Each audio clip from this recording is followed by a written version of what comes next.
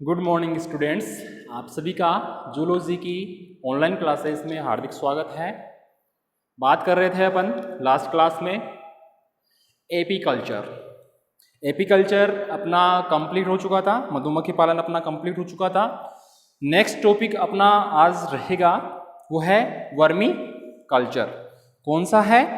Vermi culture.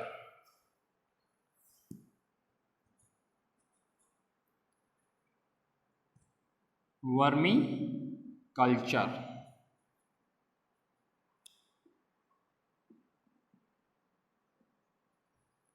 Vermi culture. Vermi culture, इसे अपन culture of earthworm भी बोल सकते हैं या कल्चर ऑफ अर्थवर्म। यानी कि वर्मी कल्चर में अपन स्पेशली किसका कल्चर करेंगे? अर्थवर्म का। अर्थवर्म को हिंदी में क्या बोलते हैं? केचुआ। अर्थवर्म की या केंचुए की अपन डीपली स्टडी कर चुके हैं आपके बीएससी फर्स्ट ईयर में। बीएससी फर्स्ट ईयर में अपन ने इसका डिसेक्शन या विच्छेदन किया था, इसकी एलिमेंट्री केनाल निकाली थी, तो वही है अर्थवर्म। इसका कल्चर कैसे किया जाए, क्यों किया जाए, तो वो सभी अपन इसमें देखेंगे। सबसे पहले इसकी डेफिनेशन वर्मी कल्चर की। वर्मी कल्चर किसे कहेंगे? ध्यान सुनना। केंचुओं का संवर्धन अथवा इनका पालन पोषण कर इनकी संख्या में तीव्र गति से वृद्धि करना। इनका पालन पोषण कर इनकी संख्या में तीव्र गति से वृद्धि करना, अर्थात इनकी खेती करने के विज्ञान को ही वर्मी कल्चर कहा जाता है। क्लियर है? वापस से रिपीट कर देता हूं एक बार। केंचुओं का संवर्धन अथवा इनका पालन पोषण कर इनकी संख्या में तीव्र गति से वृद्धि करना, अर्थात इनकी खेती के या इनकी खेती करने के विज्ञान को ही वर्मी कल्चर कहा जाता है। तो ये तो होगी इसकी वर्मी कल्चर की डेफिनेशन। अब आ जाते हैं इसके यूजेस। अर्थवर्म किस किस काम में लिया जाता है? वर्मी कल्चर तो अपन को करना ही है, इसके अलावा और कौन कौन से यूज आते हैं ये? एक तो है मोटापा कम करने में। किसमें? मोटापा कम करने में ये अर्थवर्म काम में लिए जाते हैं। अब बोले सर मोटापा कैसे कम करेंगे? उससे पेशेंट को कुछ खाने के लिए थोड़ी दे देंगे डायरेक्टली ना, डायरेक्टली खाने के लिए नहीं देंगे। इस अर्थवर्म से कुछ मेडिसिन्स बनाई जाती है, या तो इसका जो बॉडी पार्ट्स हैं उनको पीस कर सुखा कर पाउडर या कुछ मेडिसिन्स बनाई जाती है और वो उस पेशेंट को दी जाती है, जिससे मोटापा कम होने में हेल्प मिलती है। ठीक है। इसके अलावा एक डिजीज है गठिया रोग। अपन सुनते हैं ना गांव में गठिया रोग हो गया, उसके गठिया रोग हो गया, तो ये गठिया रोग के इलाज में भी अर्थवर्म काम में लिए जाते हैं। इसके अलावा सबसे मेन जो यूज में लेते हैं, अभी मैंने बताया आपको कि अपन ने बीएससी फर्स्ट ईयर में लैब में अध्ययन किया है इसका, तो अपन बोल सकते हैं यूजेस में मोटापा कम करने में काम में लिए जाते हैं, गठिया रोग के इलाज में काम में लिए जाते हैं, और लैब में स्टडी के लिए भी अर्थवर्म को काम में लिया जाता है। तो इसके मोस्ट 3 यूज हो गए किसके? अर्थवर्म के। अब अपन सबसे पहले देख लेते हैं इसका क्लासिफिकेशन। यहां तक क्लियर है? क्लासिफिकेशन।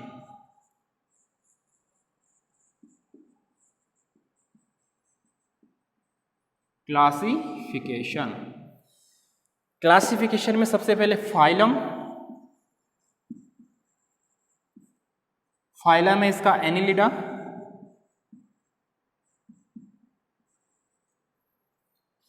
क्लास है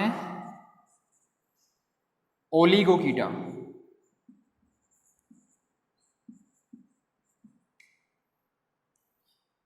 फिर order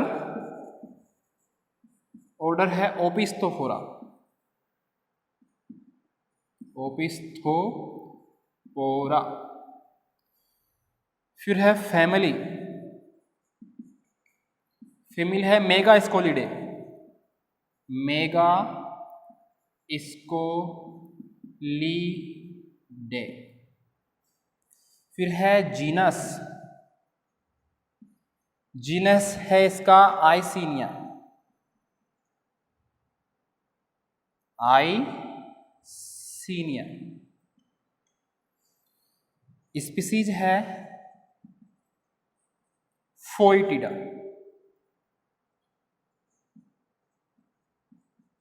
फोइटिडा। Phylum Annelida, class Oligochaeta, order ओपिस्थोफोरा,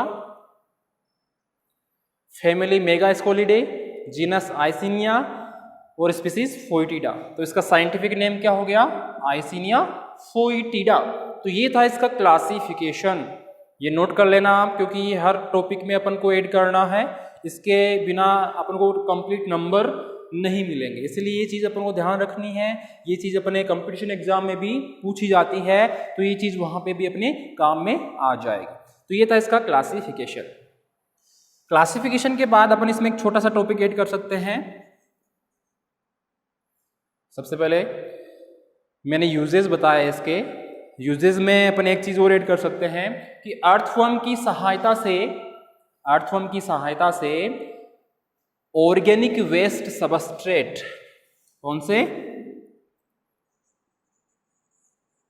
organic waste substrate, organic waste substrate, कार्बनिक अपशिष्ट पदार्थ, कौन से? कार्बनिक अपशिष्ट पदार्थ एवं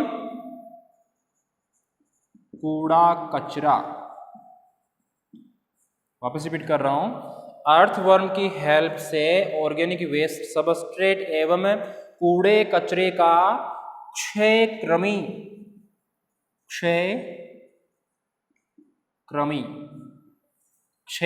कौन है यहाँ पे? केचुआ, अर्थवर्म।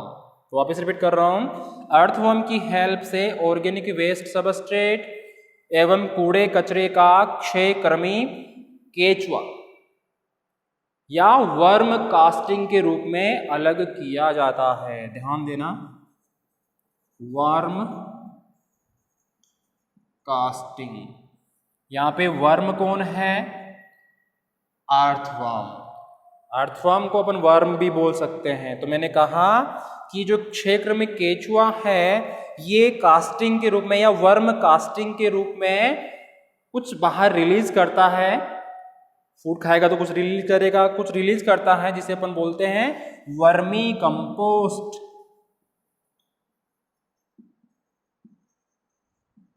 क्या बोल रहे हैं? Vermi compost. वापस रिपीट कर रहा हूं, अर्थवर्म की हेल्प से ऑर्गेनिक वेस्ट सबस्ट्रेट एवं कूड़े कचरे का क्षयक्रमी, जिसे बोल रहे केचुआ, या वर्म कास्टिंग के रूप में अलग किया जाता है। यानी ये फूड खा रहा है, ऑर्गेनिक वेस्ट सबस्ट्रेट कूड़ा कचरा खा रहा है, तो जो सबस्ट्रेट रिलीज करेगा या जो कास्टिंग रिलीज, जिसे कास्टिंग बोल रहे, रिलीज करने को क्या बोल रहे हैं? कास्टिंग। जो रिलीज किया उसको क्या बोल रहे हैं? कास्टिंग। वर्म कास्टिंग को अपन क्या बोलेंगे? Vermi compost. Vermi compost, worm. ध्यान देना, मैंने अर्थवर्म को क्या नाम दिया है? वर्म। वर्म मीन्स अर्थवर्म, तो इसका क्या नाम हो गया? वर्मी कंपोस्ट, क्योंकि ये अर्थवर्म द्वारा बनाया गया है। तो वापस रिपीट कर रहा हूं, अर्थवर्म की सहायता से ऑर्गेनिक वेस्ट सबस्ट्रेट एवं कूड़े कचरे का क्षयकर्मी केचुआ या अर्थवर्म या वर्म कास्टिंग के रूप में अलग किया जाता है, जिसे वर्मी कंपोस्ट कहते हैं। ये वर्मी कंपोस्ट एक बेस्ट सोइल फर्टिलाइजर का काम करता है। तो आगे इसके मैं लिख रहा हूं,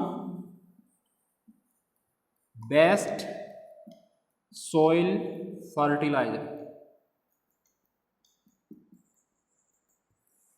बेस्ट सोइल फर्टिलाइजर यानी कि ये मृदा की, सोइल की उर्वरक क्षमता बढ़ाता है। वर्मी कंपोस्ट, ऐसा क्या है इस वर्मी कंपोस्ट में? कार्बन और नाइट्रोजन की मात्रा बहुत अच्छी मात्रा में या क्वांटिटी में इसमें पाई जाती है। इसीलिए मैं कह रहा हूं जो वर्मी कंपोस्ट अर्थवर्म ने बनाई है वो एक बेस्ट सोइल फर्टिलाइजर का काम करती है। क्लियर है यहां तक? बढ़ते हैं अपन, इसी में एक छोटा सा टॉपिक है फॉर्मेशन ऑफ सॉइल।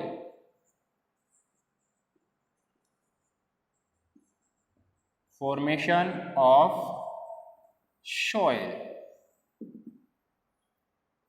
यानी जो अर्थवर्म है, अपन को पता है, अभी अपन ने ये चीज नोट भी की है कि ये जो अर्थवर्म है इसकी जो स्पीसीज है आइसिनिया फोइटिडा, जिससे रेड व्रिगलर्स, हिंदी में लाल कृमि, लाल कृमि इंग्लिश में है रेड व्रिगलर्स।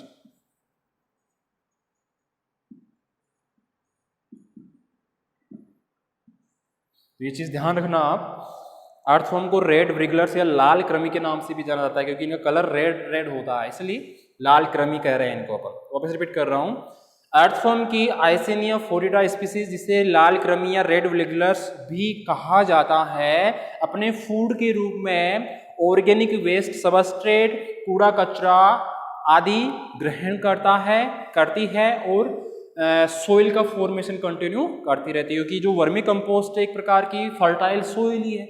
ठीक है, तो अपन कह सकते हैं कि ये जो रेड व्रिगलर्स है कंटिन्यू फूड ग्रहण करते रहते हैं और सोइल का फॉर्मेशन करते रहते हैं। क्लियर है ये पॉइंट? इससे में एक छोटा सा पॉइंट और ऐड कर सकते हैं, फूड फॉर अर्थ वर्म्स, यानी कि जो अर्थवर्म है ये फूड के रूप में क्या खाता है या इसका फूड क्या है। तो अपन को पता है कि अर्थवर्म क्या खाता है, ऑर्गेनिक वेस्ट, सबस्ट्रेट्स, कूड़ा कचरा, अपने घर से निकलने वाला जो सब्जियों का छोटे मोटे सड़े गले टुकड़े होते हैं, वो इन सभी को अपने फूड के रूप में ग्रहण करता है। तो ये चीज अपन इसमें ऐड कर सकते हैं। इसके अलावा इसको जीवित रहने के लिए या सक्रिय या एक्टिव रहने के लिए लगभग 40 से 80 डिग्री फ़ारेनहाइट टेम्परेचर प्लस 6.5 से 7 pH, ये पॉइंट भी अपन इसमें ऐड कर सकते हैं कि जो अर्थवर्म है ये 40 से 80 डिग्री फ़ारेनहाइट टेम्परेचर एवं 6.5 से 7 pH पर एक्टिव बना रहता है। तो ये वाली जो पॉइंट्स है अपन इस पॉइंट में ऐड कर सकते हैं फूड फॉर अर्थवर्म में। क्लियर है? नेक्स्ट अपन इसी में छोटे सा पॉइंट और ऐड कर सकते हैं, वो ये है जो इंपॉर्टेंट भी है,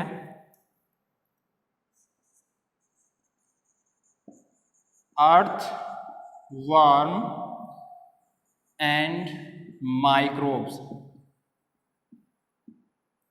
अर्थवर्म एंड माइक्रोब्स। अब आप पूछो कि सर अर्थवर्म और माइक्रोब्स में क्या बताना चाह रहे हो आप, तो इनमें बहुत बड़ा संबंध है आपस में। आपसे मैं पूछूं कि अर्थवर्म अपने खाद्य जाल, खाद्य श्रृंखलाएं, इनमें प्राथमिक उपभोक्ता, द्वितीय उपभोक्ता, तृतीय उपभोक्ता, प्रथम अपघटक, द्वितीयक अपघटक, ये सभी पढ़े हैं।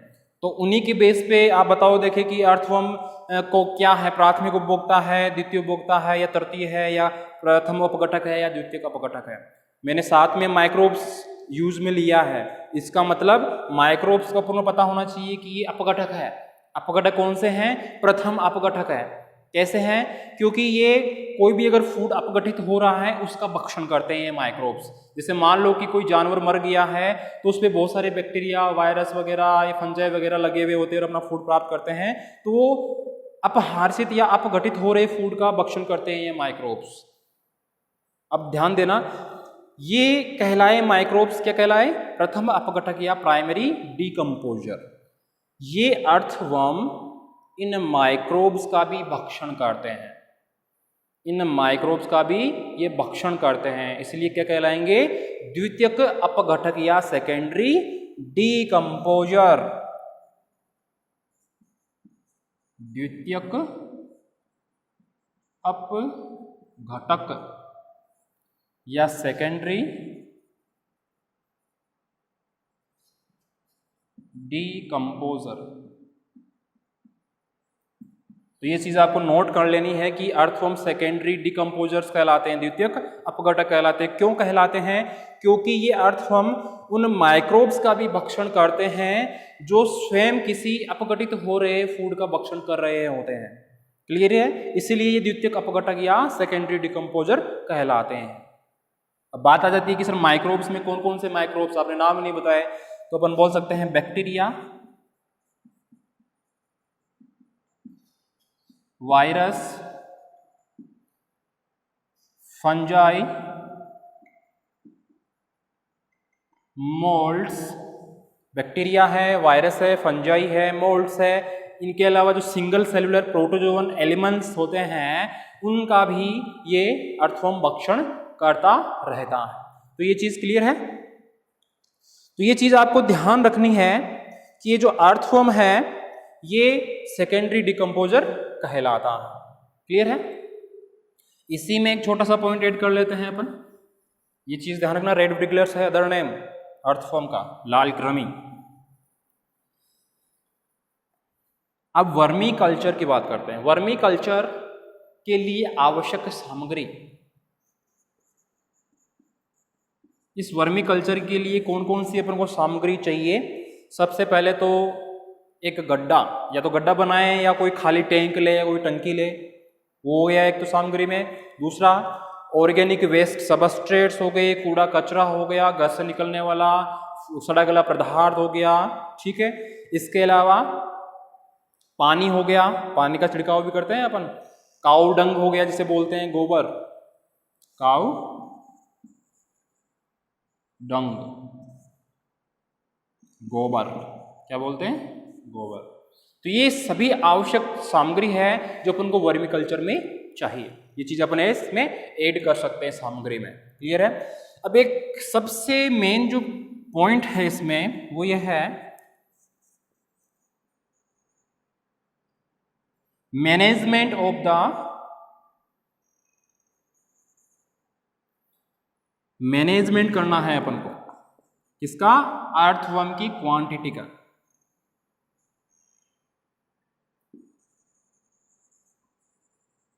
Management of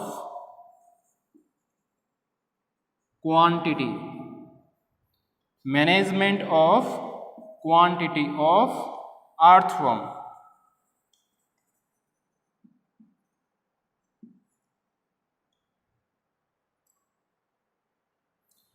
management of quantity of earthworm, इसमें ये चीज अपन को शो करनी है कि अपन को वर्मी कल्चर में क्वांटिटी का ध्यान रखना है। अब क्वांटिटी या मात्रा किसकी होगी? अर्थवर्म की भी होगी और फूड की भी होगी।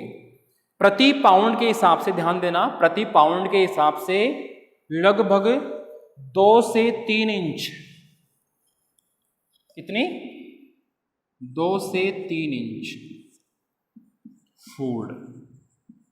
यानी अपन ने ये गड्ढा बनाया है, इसमें 2 से 3 इंच ही अपन को फूड डालना है। अगर अपन ने 1 पाउंड अर्थवर्म लिए हैं तो उनको खाने में कितना फूड देंगे अपन? 2 से 3 इंच ही खाना देंगे। अगर इससे ज्यादा अपन ने खाना उनको दे दिया, फूड दे दिया, तो उस गड्ढे से कुछ समय बाद तीखी गंध आना स्टार्ट हो जाती है। अगर तीखी गंध आएगी तो अपन को ये पता होना चाहिए उस टाइम कि जो वर्मी कंपोस्ट बनेगा वो अच्छी क्वालिटी का नहीं होगा। क्योंकि अपन जानते हैं कि मान लो अपन खुद ही ज़्यादा खाना खा लेते हैं तो अपना डाइजेस्टिव सिस्टम खराब हो जाता है। तो वैसा सिस्टम अर्थवर्म के पास भी है। अर्थवर्म को कंट्रोल नहीं होता खाने का, उनको कितने खाना खिला दो वो खा जाएंगे। अगर ज़्यादा खाना खाएंगे तो बीमार होंगे, डाइजेस्टिव सिस्टम काम नहीं करेगा और वो मर जाएंगे, तो अपना वर्मी कंपोस्ट नहीं बनेगा। इसीलिए अब मैं कह रहा हूँ कि प्रति पाउंड अर्थवर्म के हिसाब से लगभग 2 से 3 इंच ही अपन को फूड उनको देना चाहिए।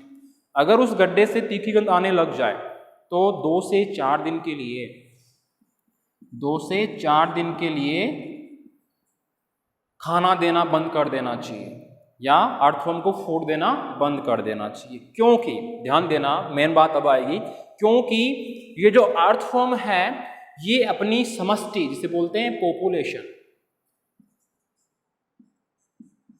समष्टि जिसे बोलते हैं पॉपुलेशन को 120 दिन में 120 दिन में डबल करने की कैपेसिटी रखते हैं। ये क्वांटिटी अपन क्यों मैनेज कर रहे हैं? क्योंकि जो ये अर्थवर्म है 120 दिन में खुद की समष्टि या पॉपुलेशन को डबल करने की कैपेसिटी रखते हैं। इसी प्रकार ये खुद के द्वारा बनाई गई वर्मी कंपोस्ट को भी डबल करने की कैपेसिटी रखते हैं। इसीलिए अपन स्टार्टिंग से ही इनका मैनेजमेंट करके चलते हैं कि कितनी क्वांटिटी में अपन को फूड देना है, कितनी क्वांटिटी में अपन को अर्थवर्म लेना है। क्लियर है? अब रह जाती है इसकी लाइफ साइकिल। लाइफ साइकिल में अपन बात करें सबसे पहले कि इसमें फर्टिलाइजेशन कौन से टाइप का होता है। तो इसमें जो फर्टिलाइजेशन होता है वो होता है सेक्सुअल फर्टिलाइजेशन। कौन सा?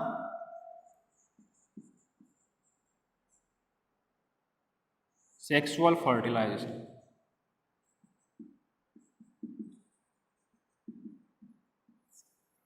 इसके साथ ही ये उभयलिंगी भी होते हैं। अर्थवर्म जो होते हैं उभयलिंगी भी होते हैं। उभयलिंगी का क्या मतलब है कि इसमें मेल और फीमेल रिप्रोडक्टिव सिस्टम दोनों ही प्रेजेंट होते हैं, इसीलिए क्या कहलाते हैं? उभयलिंगी। तो ध्यान देना, ये चीज अब आपने नोट कर ली। फर्टिलाइजेशन के तुरंत बाद लगभग एक सप्ताह में अर्थवर्म द्वारा एक कोकून दिया जाता है। कितना? एक कोकून। यानी जैसे फर्टिलाइजेशन होगा तो एक अर्थवर्म एक सप्ताह में, फर्टिलाइजेशन के बाद एक सप्ताह में एक कोकून बनाएगा। इस एक कोकून का लगभग 3 से 4 सप्ताह में स्फोटन होगा, हैचिंग होगी, जिससे लगभग 3 से लेके 10 तक किशोर कृमि निकलेंगे। किशोर कृमि, कृमि मीन्स वर्म। वर्म कौन है? अर्थवर्म। यानी अर्थवर्म का छोटा रूप किशोर कृमि। तो मैंने कहा फर्टिलाइजेशन के लगभग एक सप्ताह के बाद एक कोकून बनाएगा अर्थवर्म, उसका 3 से 4 सप्ताह के बाद स्फोटन होगा। स्फोटन से लगभग 3 से 10 तक किशोर कृमि निकलेंगे, और ये जो किशोर कृमि निकले हैं इनका लगभग 3 से 4 मंथ्स में ये परिपक्व हो जाएंगे, यानी मैच्योर हो जाएंगे, और किसमें बदल जाएंगे? एक एडल्ट अर्थवर्म में। तो ये होगी इसकी लाइफ साइकिल। सेक्सुअल रिप्रोडक्शन हुआ, एक सप्ताह में एक कोकून दिया, 3 से 4 सप्ताह में उसका स्फोटन हुआ, उससे 3 से 10 तक किशोर कृमि अर्थवर्म छोटे निकले, किशोर कृमि निकले, और उन किशोर कृमि का लगभग 3 से 4 महीनों में मैच्योरेशन हुआ या वो परिपक्व हुए और एक एडल्ट अर्थवर्म बन गया। तो ये होगी इसकी लाइफ साइकिल। यहां तक क्लियर है? ये जो इसकी मैंने लाइफ साइकिल आपको शो की है, आपको पहले भी पता होगी। आपको जो इसमें ध्यान रखना है वो ये है कि वर्मीकल्चर कहते किसे हैं, इसका क्लासिफिकेशन क्या है, इसका यूज किस किस में किया जाता है, अर्थवर्म का साइंटिफिक नेम क्या है, इसका अदर नेम क्या है। अदर नेम मैंने क्या बताया था? रेड व्रिगलर्स या लाल कृमि।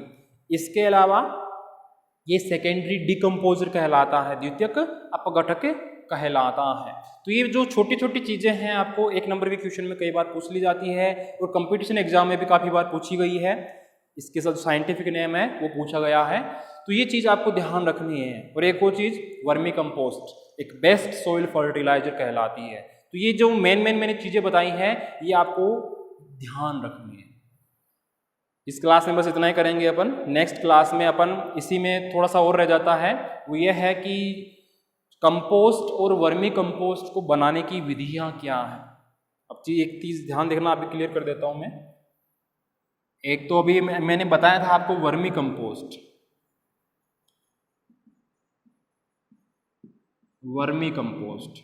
और दूसरा होता है ओनली कंपोस्ट। वर्मी कंपोस्ट तो अर्थवर्म बनाएगा, क्योंकि यहाँ पे वर्म आ रहा है। वर्म कौन है? अर्थवर्म है, इसलिए वर्मी कंपोस्ट जो अर्थवर्म बनाता है वर्मी कंपोस्ट कहलाती है। लेकिन कंपोस्ट में अर्थवर्म काम में अपन लेते ही नहीं है, ये अर्थवर्म की विदाउट बनाएगी कंपोस्ट है, खाद है। इसमें अच्छा ये फिर अर्थवर्म नहीं बनाएगा तो कौन बनाएगा, इसको बनाएंगे माइक्रोब्स, सूक्ष्म जीव, इसीलिए इसे कह रहे हैं अपन कंपोस्ट। इन दोनों को बनाने की विधियां या मेथड अपन नेक्स्ट क्लास में देखेंगे कि कैसे इनको बनाया जाता है। ठीक है, आज की क्लास में बस इतना ही, धन्यवाद।